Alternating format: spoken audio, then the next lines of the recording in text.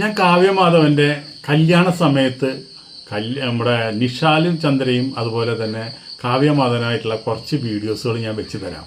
അപ്പോൾ ആ വീഡിയോസുകൾ കണ്ടു കഴിഞ്ഞാൽ കാവ്യമാധവൻ നിഷാൽ ചന്ദ്രയായിട്ടുള്ള കല്യാണത്തിൻ്റെ ദിവസം ഭയങ്കര ഹാപ്പിയാണ്. ഞാൻ പറഞ്ഞതിന് മുമ്പ് ആ വീഡിയോ ഒന്ന് കണ്ടിട്ട് നമുക്ക് ബാക്കി കാര്യങ്ങൾ ഞാൻ സംസാരിച്ച ഭയങ്കര കുഴപ്പമാണ്. അതുകൊണ്ടാണ് ഞാൻ എല്ലാത്തിനും മാറി കിടക്കുന്ന ഒരാളാണ്. ഞാൻ അതുകൊണ്ട് ആരെക്കുറിച്ച് ഒന്നും പറയാനോ ആരുടെ ഒരു പേഴ്സണൽ കാര്യത്തിലേക്ക് ഞാൻ ഇടപെടാൻ വരുന്നില്ല. എൻ്റെ പേഴ്സണൽ കാര്യത്തിലേക്കും എന്നെ വിട്ടേക്ക്. ഞാൻ എല്ലാവരും റിക്വസ്റ്റ് ചെയ്യും, എന്നെ വിട്ടേക്ക്. ഞാൻ എൻ്റെ ജോലിയും കാര്യങ്ങളായിട്ടാണ് നടക്കുന്നതാണ്. ഞാൻ ആരെയും അങ്ങോട്ട് ദ്രോഹിക്കാൻ പറ്റില്ല. എന്നെ വിട്ടേക്ക്.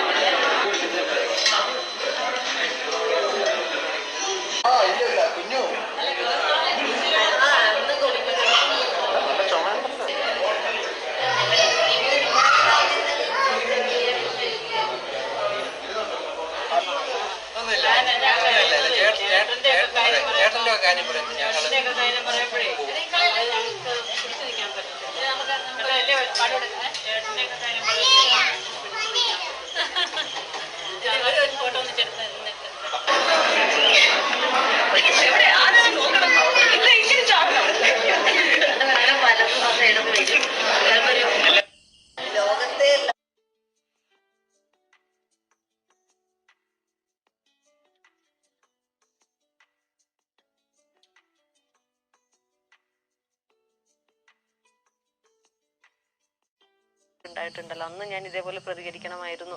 അതൊക്കെ ചെറിയ കാര്യങ്ങളാണ്. അതിനെക്കാട്ടിലൊക്കെ വലിയ കാര്യങ്ങൾ ചെയ്യുന്ന എത്രയോ ആൾക്കാരുണ്ട്.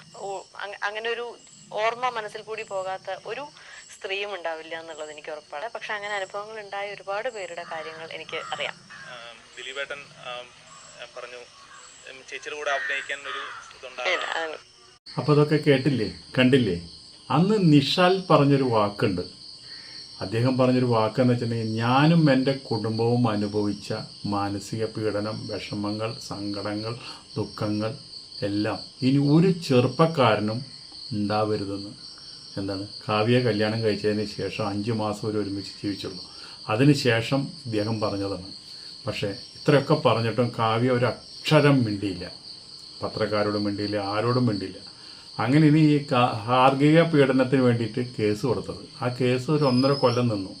ആ കേസ് അത് കഴിഞ്ഞിട്ട് 2 പേരും കൂടി ഒത്തുതീർപ്പായി. 2 പേരും കൂടി ഉഭയസമ്മത പ്രകാരം വിവാഹമോചനം ചെയ്തു. അപ്പോൾ അതോടെ ആ കേസ് പിൻവലിച്ചു. അപ്പോൾ അങ്ങനെ ഇനി അതുണ്ടായത്. അത് കഴിഞ്ഞതിന് ശേഷം നിഷാൽ വേറെ കല്യാണം കഴിച്ചു. അതിൽ കുട്ടികളായി.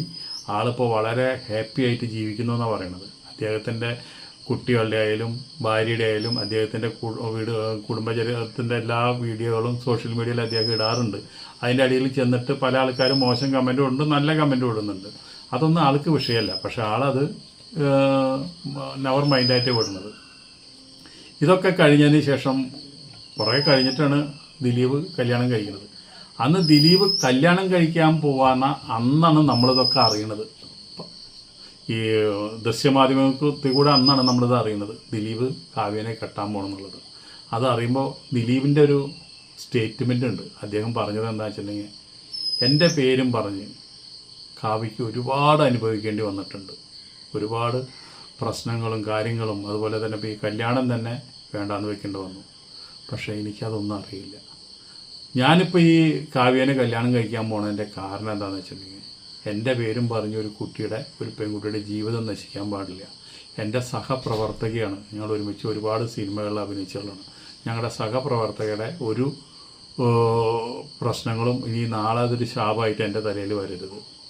ഈ കാവ്യയുടെ പേര് പറഞ്ഞിട്ട് ഇനി മഞ്ജു വാര്യരും പ്രശ്നങ്ങളായിട്ട് പോയി. ഇതെല്ലാം കൊണ്ടും തലവേദനയായിട്ടിരിക്കുന്ന സമയത്ത് ഇനി ആ കുട്ടിയുടെ ഭാവി നശിക്കാണ്ടിരിക്കാൻ വേണ്ടി ഞാൻ ആ കുട്ടിയെ കല്യാണം കഴിക്കാൻ തീരുമാനിച്ചു.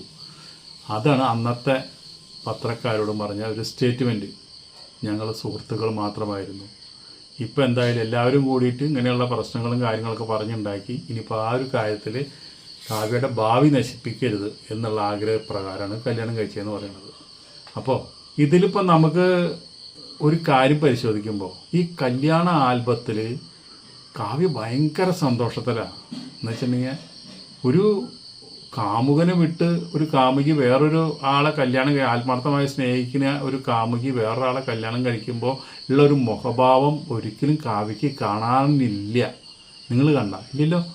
കാവ്യ ഭയങ്കര ഹാപ്പിയാണ്. വരണ ഗസ്റ്റുകളോട് നന്നായി പെരുമാറുന്നു, നന്നായി സംസാരിക്കുന്നു, ചിരിക്കുന്നു, ഭക്ഷണം കഴിക്കുന്നു.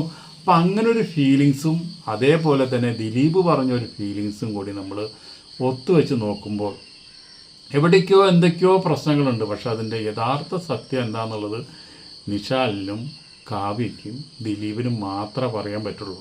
ഇതൊക്കെ നമ്മളൊക്കെ പറയണത് വെറും ഊഹാഭോഗങ്ങൾ മാത്രമാണ്. ഇവരിതൊക്കെ വെച്ച് അങ്ങനെ ആയിരിക്കാം, ഇങ്ങനെ ആയിരിക്കാം, അതായിരിക്കാം, ഇതായിരിക്കാം എന്നൊക്കെ നമ്മൾ പറയണമെന്ന് മാത്രം. എല്ലാം ഊഹാഭോഗങ്ങളാണ്.